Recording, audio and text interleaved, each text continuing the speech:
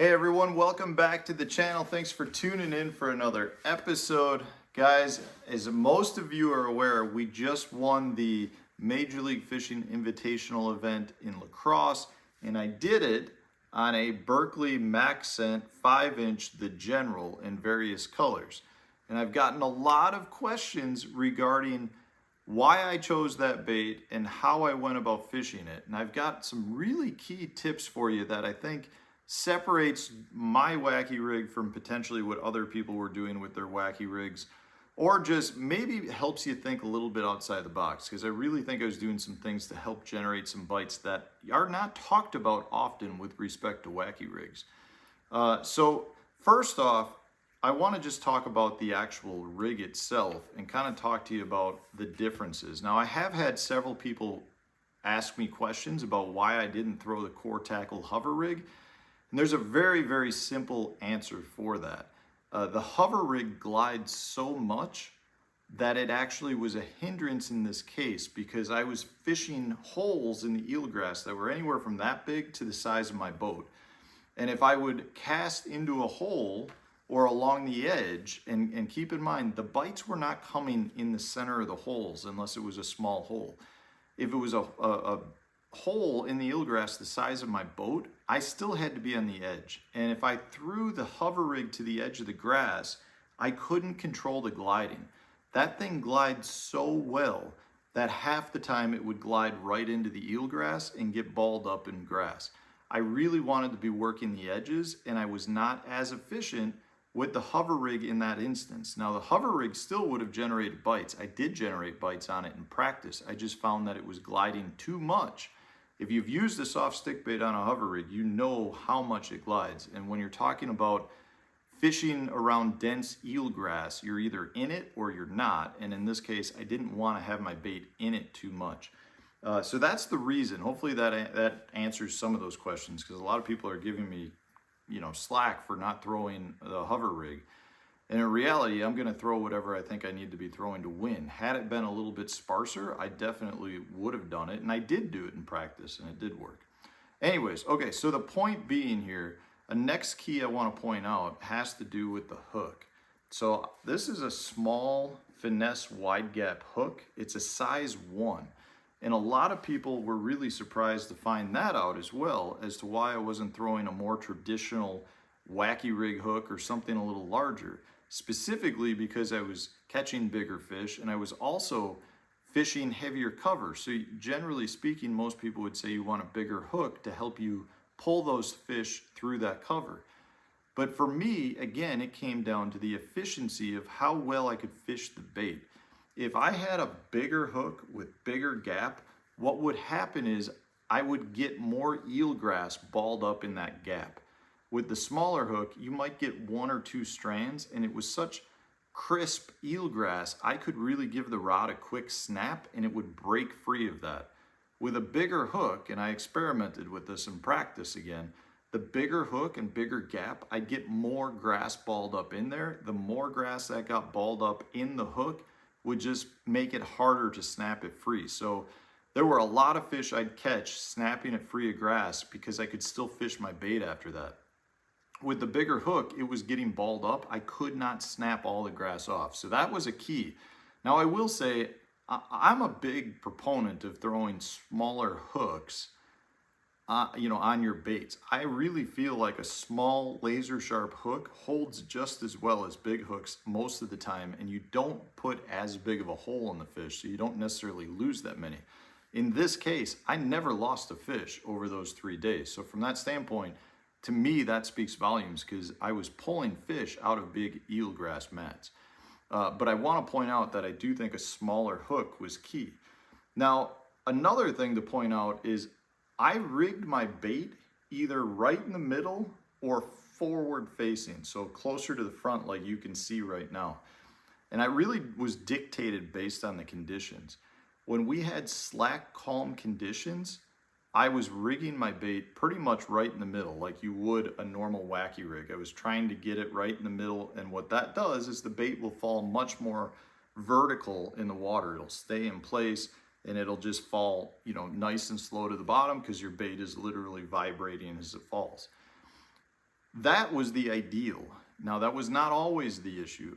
When we had wind that got kicked up, I would move my hook forward to about the front of the worm sack so that it actually sat like that. And the reason for that is when your bait hits the water, your hook will actually weight the front of the bait and therefore take your bait down. And in those instances where we had a lot of wind, I needed my bait to get down to the bottom faster because I was not having the fish come up to eat the bait.